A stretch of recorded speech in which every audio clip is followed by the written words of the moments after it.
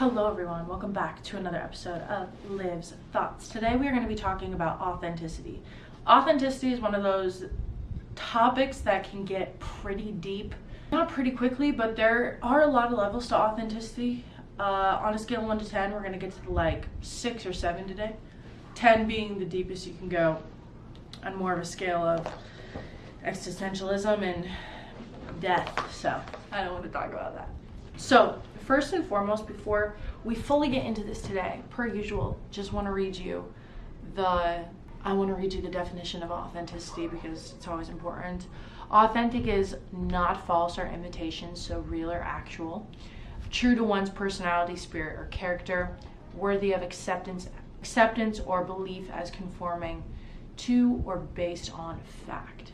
Or conforming to an original so as to reproduce essential features. Okay, there's way too many.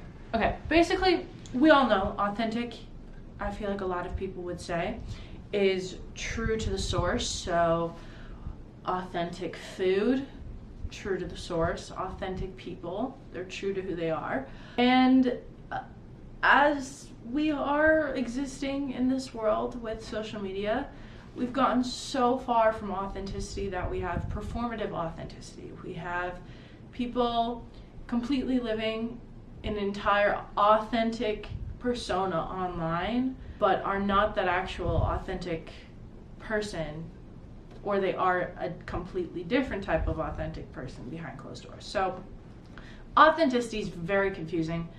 You can get to such a spiritual and deep intellectual level with authenticity that we are not going to reach today because I do not have, number one, the brain power at this time, and number two, the knowledge or factual base enough to back up what I'm saying at that deep level. I'm more of a questioning phase right now rather than a knowing phase with some of the authenticity stuff. So pretty much we're going to get on a scale of 1 to 10, 10 being the deepest, most spiritual level you can get to. We're going to get to about a 6 or 7 today. So those are going to be the vibes of the day.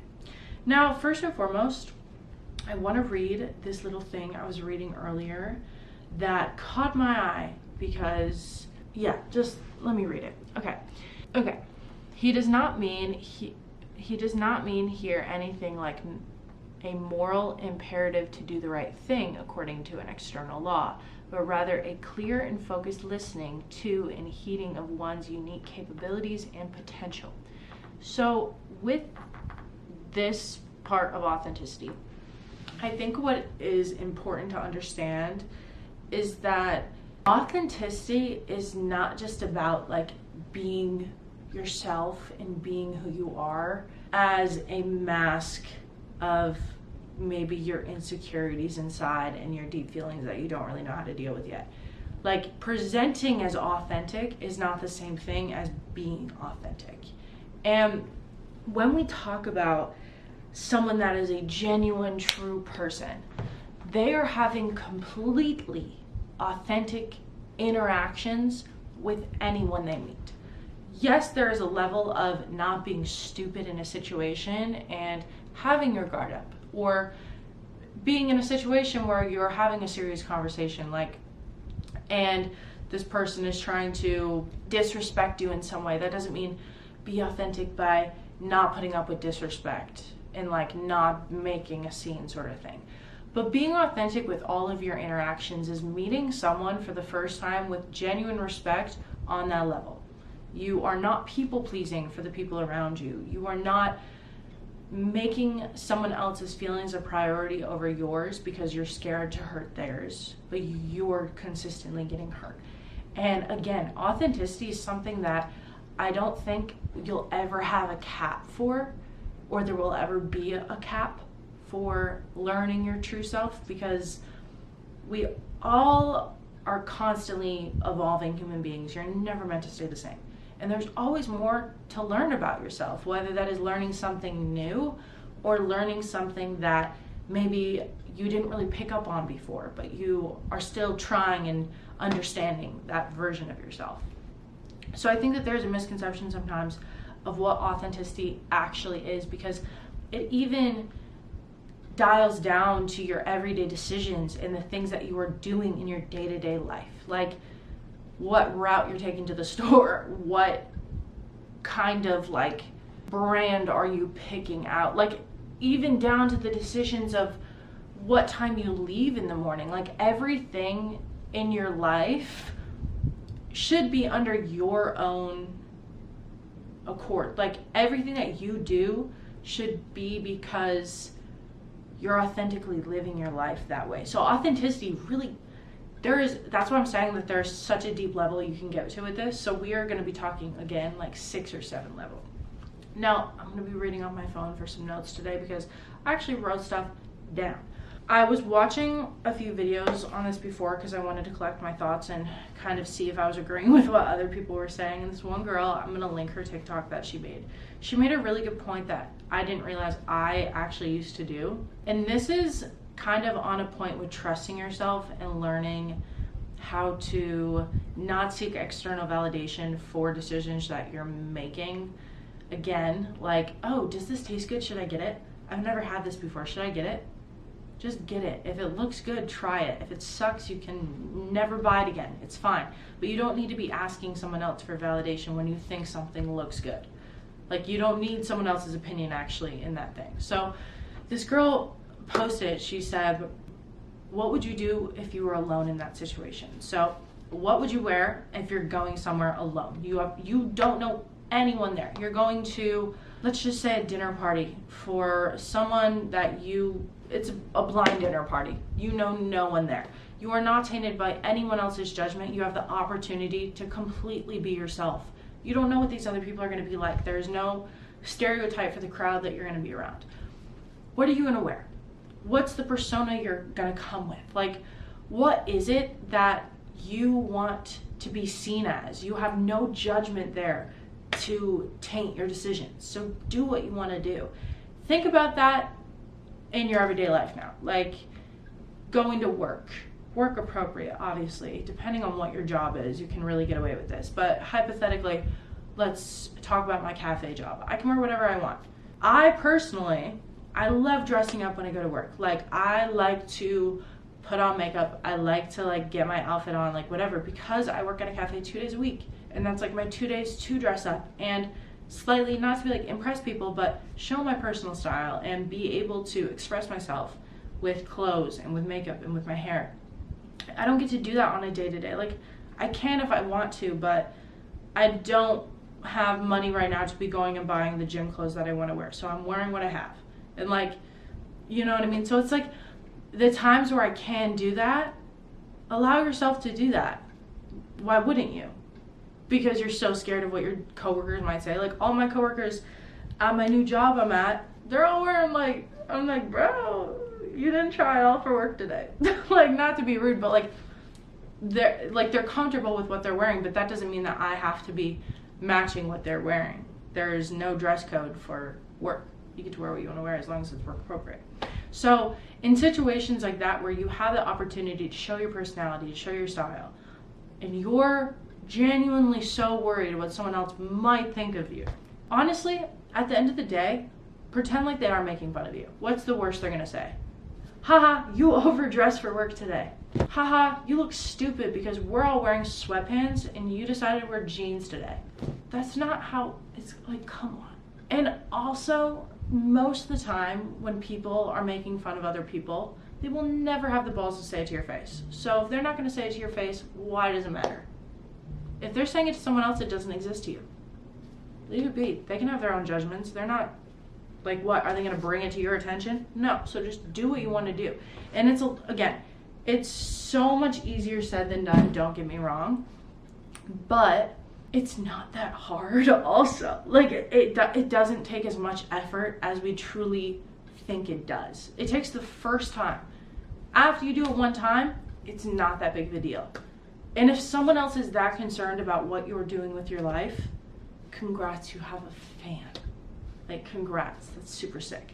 Now, second thing that this girl said in this video that I just like resonated with pretty heavily on was being able to explain yourself without shame of explaining yourself. So she said that she had a bunch of bracelets on that were like crystals and stuff like that. And before she would just say like, where she got them from. Yeah, they're just cute, whatever. But now she explains why she has them, because that is a part of her that is important and is a factor in her every day-to-day life and something she's passionate about. So why wouldn't she share that? And why wouldn't she be willing to express that part of herself, especially with someone that's asking? Like, if someone's asking you, oh my gosh, I love those, what do they mean? Where are they from?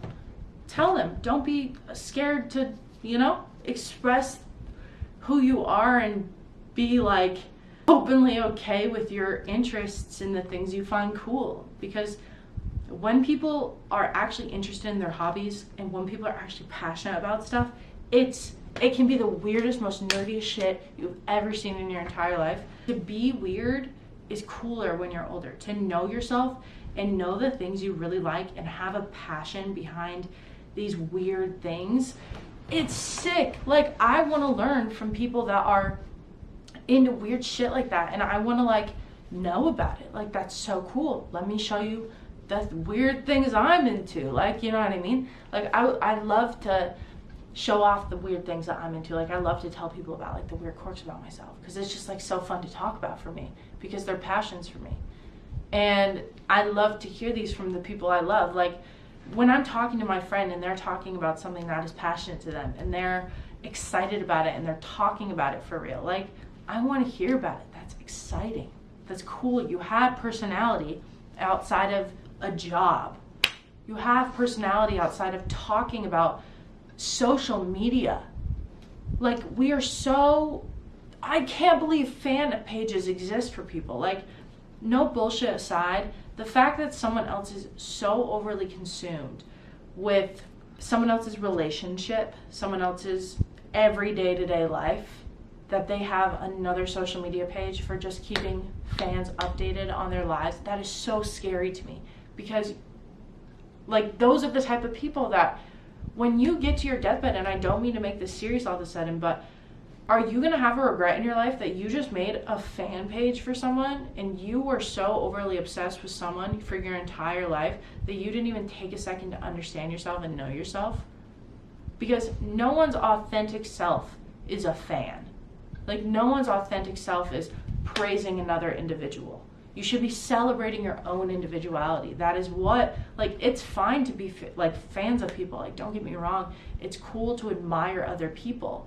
But when you take it past admiring someone else and you take it to a whole parasocial relationship where you're living vicariously through someone else's social media or through someone else's decisions and the way that they're living their lives, take some ownership in yourself and take some ownership in your own life, because you're going to get to a point where you're not going to know how to make your own decisions anymore.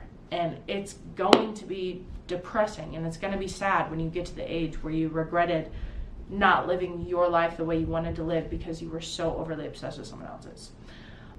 I don't even know where that tangent really started, I'm going to be completely honest. But yeah. Then, next on the authenticity part, I think once you become an authentic person, it gets lonely, but it gets lonely it gets lonely in a weird way, because you are lonely because you realize there's a lot of inauthentic people out there, and it's not your duty as a human being to teach someone else authenticity. It is not your job to be teaching other people lessons like that. It is their job to take responsibility, to find themselves. You can be an anchor there to help, don't get me wrong, but at some point, again, with the levels of authenticity, this is a little bit lower, dealing with relationships and just kind of a more serious part of it. But you're never going to be alone when you're authentically you. You're enough company for yourself whenever you are bored. You will always be just enough for yourself. You are going to have things to do always, because you are going to know your hobbies. It is not going to be as lonely to be alone as it feels maybe now in your life. I have had a point where I hated being alone so much. It was my biggest fear. And now, I don't want to say I prefer it, but I don't mind being alone. I've had 5 hangouts since I've been in Austin with other people. It's been 2 other people. I've hung out with 2 other people 5 times, not individually, all together. And I've been here for a month. And I have been fine with that amount of social interaction. I go to the gym every day. I go to like maybe to the store, but I'm not having meaningful conversation with people or meaningful like interactions necessarily. So I am alone a lot of the time, but it's not like boring. I mean, it is boring sometimes. Like, I wish I had a job, don't get me wrong. I mean, I do have a job, but like, I wish I was working more, don't get me wrong. But being alone isn't nearly as scary as it used to be for me. I don't mind it now. I prefer to be alone than be around other people, because half of the time I'm around other people and they, I don't want to say get annoyed of me, but because I am, not to be so much of my authentic self, but I have a lot of stuff I want to talk about. I have a lot of things I want to do and to laugh about and music to listen to and things that I want to do. And I don't want to have to be catering to someone else's comfortability and changing myself, so I just prefer to be alone sometimes. Like, it just is easier that way. And yeah, I don't know if this end part is really making too much sense. I think that's probably damn near my time to stop. But yeah, I just wanted to say, like, with authenticity, it is something that is difficult because it's a day-to-day practice and it's something that you need to be doing daily in order to maintain. But it's a lot easier than we think it is, and it's a lot easier than it's a lot easier than we think it is. I think we think being authentic is so hard, and yeah, it's hard, but it's hard because of the society we live in, and it's hard because like people look at you crazy when you're authentic, and people look at you like you're too loud and too much when you're just being the person you want to be, because this weird social media image of nonchalantness is all the craze. I hate nonchalant motherfuckers, I'll tell you that much. Don't be like, why are you being nonchalant? This is the last thing I'll put in here. Actually, I'm gonna put this in the middle of the video. Surprise, middle of the video, it's live. This is a thought that I thought of after I filmed and needed to talk about. And that is, you are your own scientific method. Well, no. You are your own science experiment. Remember that, because you get to test anything you want on yourself, and you get to literally build a life completely customized to your own liking and your own abilities and your own, I don't want to say comfortability, but like you can choose your discomfort level almost. So with the scientific method, if you don't remember what that is, it's pretty much just like testing a theory. So you ask a question, you do some research on that question. So let's talk about hobbies. I wonder if I'm into hiking. Is Liv into hiking? I'll do some research about the area I'm in. Where are some good hiking trails? I'll find a hiking trail. Hypothesize. If Liv goes on this hike, she'll like hiking. Goes on the hike, analyzes reviews, comes to a conclusion. You answer your question. Now, if my answer is, oh, I didn't really like that hike. Why didn't I like the hike? Let's ask a question there. Was it too hilly? Was it too rough? Was it too, like what were the things that we didn't like about it? If it was that just genuinely wasn't fun, I don't really care to be out and about like that, awesome, let's go pick a different hobby and restart the process. If it was, oh, there was something about this specific hike that I didn't like so much, okay, that's fine. Let's go back, edit our hypothesis. Liv is gonna like this hike if it is this, and this time of day, this temperature, blah, blah, blah, blah. Go on the hike, analyze, review, same thing over again. It's quite simple, but we don't realize that, like, your life is completely customizable to your own liking. Like, you get to customize your life however you want it to be. From the food you eat to any decision you make. Treat life like a video game. This is what I mean. Treat life like a movie. Like, I don't know if people don't believe me when I say this, but like, I actually have pretended like I have been in a movie since I've been a wee little child of probably 6 is the first time I can remember doing this, because I was cleaning my barn, pretending like I was in Hannah Montana. And with acting like you're in a movie, pretending like you're in a video game, you live life almost with no consequences. And I know that sounds weird. Hang on, stay with me. no judgmental consequences. So like, you're making your own decisions, and you're observing you making your decisions almost like a video game, and you're seeing you live your life like this. I don't know if that is clicking for anyone or if that's making sense to anyone. In my head it is. But yeah, just kind of seeing it from like an outside perspective, and just 3Ding yourself and putting yourself up here and seeing your life down here and the way you're living it. And again, you have full autonomy, most of us, over our lives, depending on your age, depending on where you're living. Like, we mainly have full autonomy over every decision we make. So like, have fun with it, mix it up, do what you want to do. Life is way too short to not be doing what you want to do, and wearing what you want to wear, and living the way you want to live, as long as it's not harming other people. All right, peace, love, and happiness. I will talk to you guys later, and comment a turkey if you stayed this long. We'll see if anyone does it this time. All right, peace, love, and happiness yet again. Bye.